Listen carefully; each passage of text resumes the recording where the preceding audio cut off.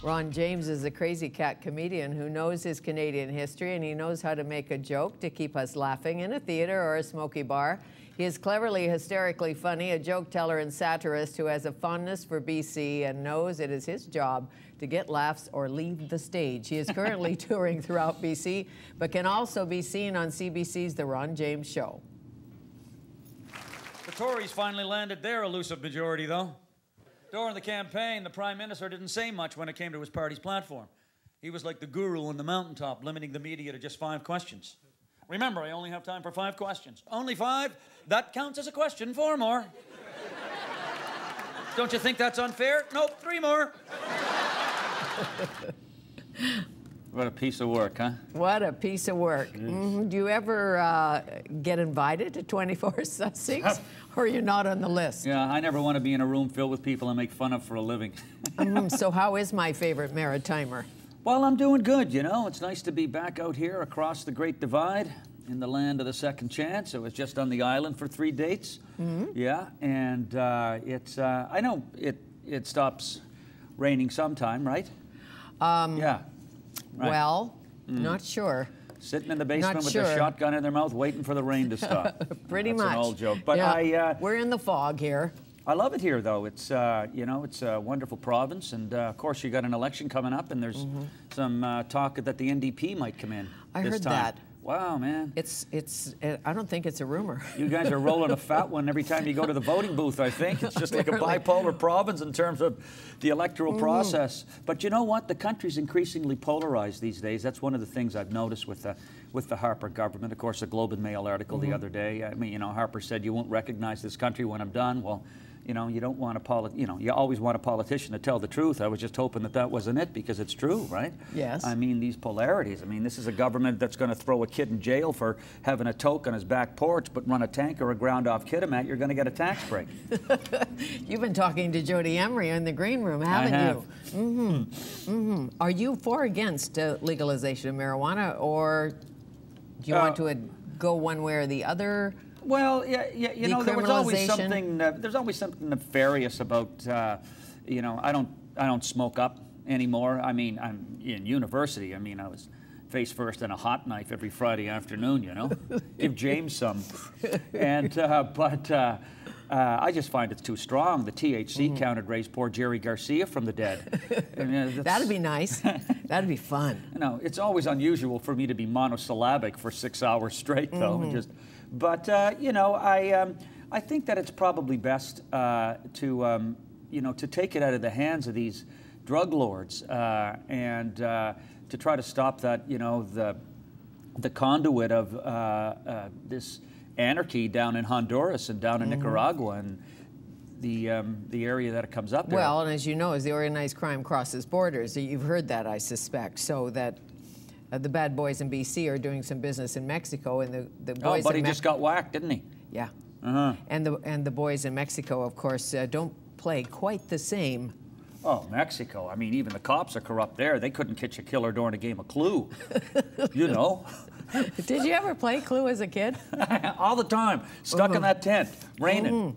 Clue and Monopoly. Me too. One of your relatives said, I read this, I'm not sure it's true, that you have a way with wit and a way with words. Always have had. From the time you were a little bat sitting at the kitchen table. Well, you know what? I had the good fortune to be surrounded by relatives who could tell a good story and who enraptured me with tales, whether it was following deer tracks in the snow or whether it was tales of World War II and the convoy runs in the North Atlantic. And I had the good fortune as well, with all due respect to the medium we make a living in, to be part of the last oral culture there, right? When we only had one television channel. I mean, you know, the highlight of my week when I was a youngster was, you know, watching Wagon Train, you know, the Ed Sullivan Show, and Don Messer. So they were early days of TV. And Juliet. Of course, Juliet, yeah. A little before me. Dad still talks about her. Boy, that Juliet was a fox. She still is. Is she? She's a fox. Wonderful. Yeah. So yeah, beautiful you know, woman. by osmosis, you know, you glean these things, and but it's an exponential leap from being funny in the kitchen and classroom to being funny on stage, and that's where the 32 years of the work comes in. And a little theatrical training. I did, yeah. I was in. I took an acting class in university, and it was an English program, and it ended up being acting, and we did a couple of plays, and I got the bug. But really, where I really felt the groove and the song, and heard the song of the muse the loudest, was just riffing and trying to make sense of the world with a pen and a page and my own mind, and performing it that way. And so I went to Second City in Toronto, and that's really where I got my start. Take me there. Second City, Toronto. Great. Who was there Well, when you were there? Donnie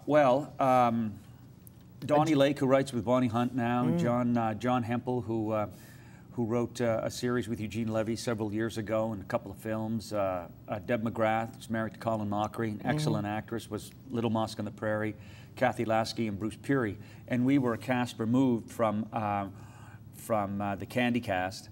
And when, you know, we were scrawny young satirists being paid $350 a week and a bag of russets and a Dixie cup of Muskoka pond water.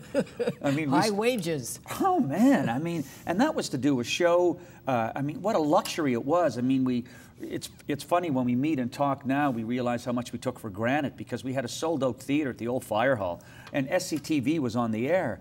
So, you know, I mean, your heroes would invite you on to have guest spots on their show.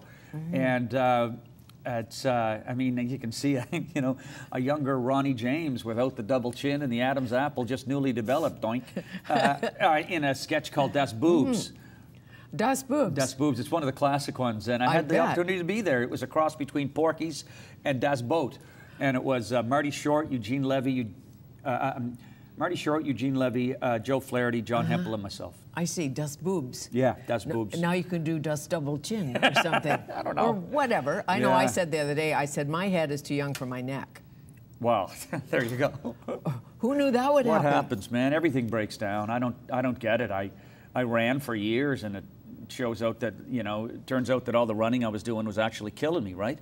So killing you because your heart was enlarging? No, my knees were going on me. Oh, your knees. I tore my meniscus. That's what the doctor said. And he goes, your injury is typical of aging athletes. I said, athlete? I got 7 goals in 10 years playing Halifax minor hockey, and 6 were on my own net. I guess the guys who were good must be... Apparently they go to the other net. Yeah. Apparently they do.